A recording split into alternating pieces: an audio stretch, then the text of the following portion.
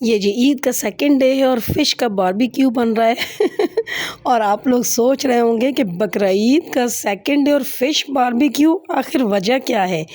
क्या हम लोगों ने फ़िश की कुर्बानी की है? चलें आगे चलकर बताते हैं। अच्छा और मैं बना रही हूँ ईद के सेकंड डे चिकन के गोला कबाब की कढ़ाई। अच्छा चिकन गोला कबाब कढ़ाई वो भी ईद वाले दिन, बकरीद वाले दिन जबकि हम सब बहन-भाइयों ने कुर्बानी भी की थी, फिर इसके बावजूद क्यों चिकन की गोला कबाब कढ़ाई बन रही है? ये है सस्पेंस की बात, ये मैं आपको आगे जाकर बताऊँगी। अच्छा चिकन के गोला कबाब मैंने कुर्बानी वाली ईद से 1 दिन पहले आप पिछली वीडियो में आपने देखा था मैंने बना लिए थे और इसी तरह जिस तरह चिकन कढ़ाई का मसाला बनाते हैं, चिकन कढ़ाई का मसाला तैयार करके चिकन के गोला कबाब वो इसके अंदर डाल दिए और उसके ऊपर मैंने ना कच्चे प्याज़ और हरी मिर्चें डाल दी और उसके बाद धुएँ की स्टीम लगा दी और ये देखें यम्मी किस्म की मेरी गोला कबाब कढ़ाई तैयार हो गई।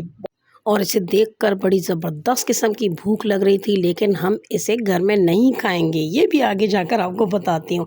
अच्छा ये चना चाट मैं तैयार कर रही थी, मेरी फ्रेंड के घर से कॉल आई थी कि उसके घर में कुछ गेस्ट आ रहे हैं तो उसको चना चाट मेरे हाथ की पसंद थी, तो उसे चना चाट बनाकर भिजवानी थी। 1 दिन पहले कॉल आ गई थी, चना वगैरह मैंने बॉयल कर लिए थे लेकिन जब एंड टाइम पर मैं वो चना चाट तैयार करने लगी तो पता चला कि चाट मसाला घर में नहीं है।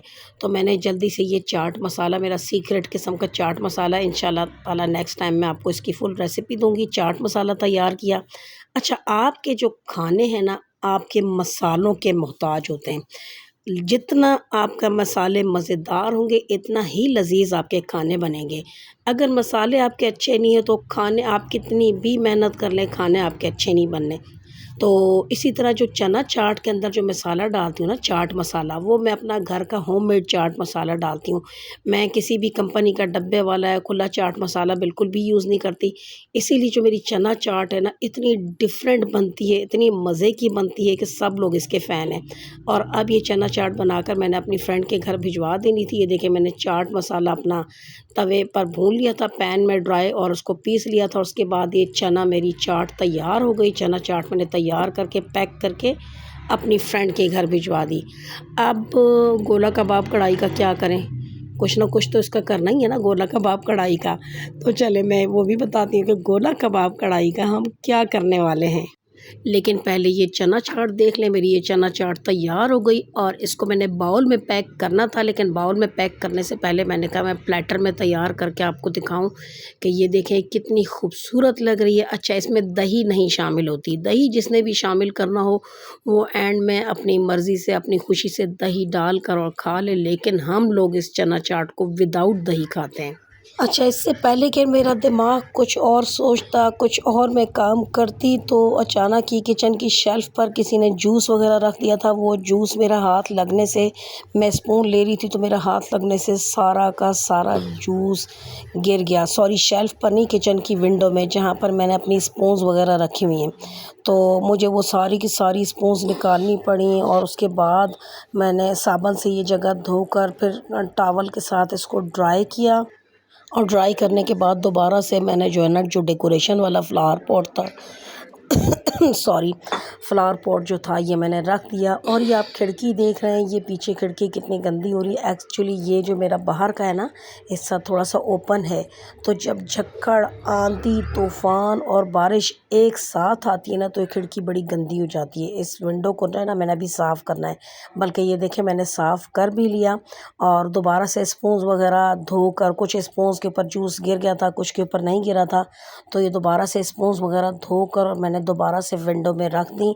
हालांकि आज हमें बड़ी जल्दी थी, आज हम लोगों ने कहीं जाना था लेकिन बस जल्दी में जूस गिर गया था तो मैंने कहा इस काम को भी जो है ना जल्दी से निपटाऊं। अच्छा अमूमन ऐसा होता है ना अगर आप लोगों ने कहीं जाना हो, कहीं निकलना हो तो कोई ना कोई ऐसा लफड़ा खड़ा ज़रूर हो जाता है जिसकी वजह से आप लेट हो जाते हैं। और जी यही लफड़ा जूस की वजह से हमारे साथ हुआ। एनीवेज़ हम लोग जल्दी से तैयार होकर फिर बाहर निकले और घर से बाहर का मंज़र मैं आपको बताऊं इतना खूबसूरत था। ये हमारे घर के नज़दीक बाहर इतनी ग्रीनरी है, इतनी खूबसूरती है कि दिल खुश होकर रह जाता है, आंखों को इतनी ठंडक मिलती है। हालांकि बहुत सख्त गर्मी थी, ईद का सेकंड डे था, गर्मी बहुत शदीद थी, लेकिन इसके बावजूद ये बाहर की ग्रीनरी और सब्ज़ा देखकर आंखों को इतना फ्रेश फील हुआ, दिल को इतनी खुशी महसूस हुई कि जिसकी कोई हद नहीं। और हाँ, एक बात तो सोचने वाली है, हमने गोला कबाब कढ़ाई बनाई थी, वो कहाँ चली गई। हम लोग तो घर से बाहर आ गए और गोला कबाब कढ़ाई, उसका क्या बनेगा। इतनी सख्त गर्मी में उसने ख़राब हो जाना है और फ्रिज में भी रखेंगे तो शाम को क्या बासी कढ़ाई कहेंगे। ऐसा कुछ नहीं है। गोला कबाब कढ़ाई हम लोगों ने अपनी गाड़ी की डिग्गी में रख दी है, वो भी हमारे साथ साथ सफ़र कर रही है। और अब हम लोग जा रहे हैं अपने भाई के घर, वन डिश पार्टी है वहाँ पर हमारे भाई के घर। एक्चुअली हम लोग काफ़ी सारे बहन भाई हैं जो यहाँ पर पिंडी इस्लामाबाद में रहते हैं, डिफरेंट एरियाज़ में रहते हैं। तो हम लोग हर साल क्या करते हैं कि ईद उल फितर हो या ईद कुर्बान हो, तो हम वन डिश पार्टी रखते हैं। ईद के फर्स्ट डे, सेकंड डे या थर्ड डे कोई एक दिन हम लोग मखसूस कर लेते हैं और हम वन डिश पार्टी रखते हैं।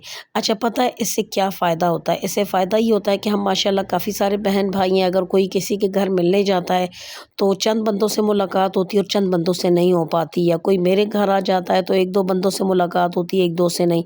फिर इसी तरह ये भाग दौड़ में ही टाइम गुजर जाता है। जब आपकी फैमिली बड़ी हो ना, बहन भाई ज़्यादा हो, तो फिर ये जो है ना, ये इशू अमूमन सामने आता है। तो हम लोगों ने उसका एक परमानेंट हल निकाला हुआ है और वो हल यही है कि किसी न किसी एक बहन या भाई के घर में हम हर साल वन डिश पार्टी रखते हैं और सब वहाँ जमा हो जाते हैं और मिलकर पूरी फैमिली जमा होती है और बहुत हल्ला गुल्ला और बहुत ही इंजॉय करते हैं हम लोग।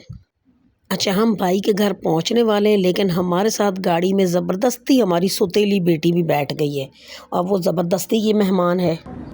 हाय, हाय। कहाँ पर आई हो? किसके घर आई हो? मामू खालिद के घर। मामू तो मेरे भाई हैं, मेरे सगे भाई हैं। आपके पेरेंट्स और आपके मामू किधर हैं? मैं आपको बताऊं, मैं आपको पहले भी बता रही थी, बात अधूरी रह गई थी। इसके 3 भाई हैं, बंटी, शैरी और टोनी, और इसके पेरेंट्स इतने अमीर हैं, इतने अमीर हैं। और जब ये पैदा हुई ना तो बहुत गंदी सी शक्ल की थी, जैसे अभी तक गंदी है। तो उसके पेरेंट्स ने इसको हमें दे दिया था और ये अभी तक हमारे पास रह रही है। हाँ। अच्छा, आप बताओ, हम आपको प्यार करते हैं नहीं? नहीं। हैं? सगी बेटियों की तरह रखते हैं ना। अच्छा, मैं आपको बताऊं नाज़रीन, अब ये देखें, इसका जो ड्रेस है ना, ये आपको मैं पाँव तक इसका ड्रेस दिखाती हूँ। ये देखें, ये देखें, इसका ड्रेस हम लोगों ने 50% सेल पर से लिया था, क्योंकि सौतेली बेटी के ऊपर हम खर्चा करना ही नहीं चाहते। तो ये सौतेली बेटी इसलिए सबके ड्रेसेस, क्यों बताने दो। अच्छा, मैं क्या कह रही हूँ, सबके ड्रेसेस इतनी कीमती बने, आपका इतना सस्ता ड्रेस क्यों बना है? बस ऐसे ही। क्योंकि आप सौतेली हो ना। कहाँ जा रही हो सौतेली बेटी? स्टोर रूम में घुस गई। ये देखिए, ये कितनी गंदी है। पीछे से टैग हटा लिया अपने सूट का। अभी तक लगा मैं। ओके जी, अब हम लोग भाई के घर छत पर रूफ टॉप पर पहुंच चुके हैं और ये देखिए कितना ज़बरदस्त मेरी भतीजी है कमिश्का, उसने इतना ज़बरदस्त अपने बाबा के साथ मिलकर डेकोर किया है।